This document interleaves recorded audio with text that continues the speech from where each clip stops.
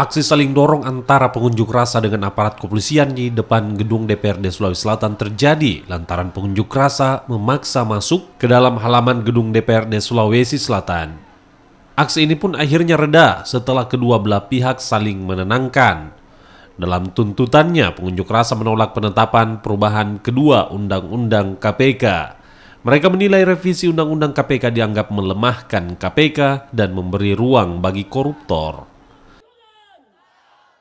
Penetapan undang-undang ini sesungguhnya memberikan ruang dan jalan bagi pejabat yang korup untuk leluasa melakukan aksi kejahatan mereka tanpa rasa khawatir lagi dengan kewenangan KPK yang semakin dibatasi.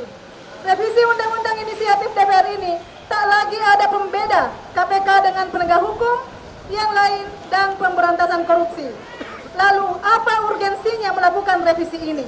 Oleh karena itu, kami, Koalisi Masyarakat Sipil Sulawesi Selatan, menyatakan menolak penetapan perubahan kedua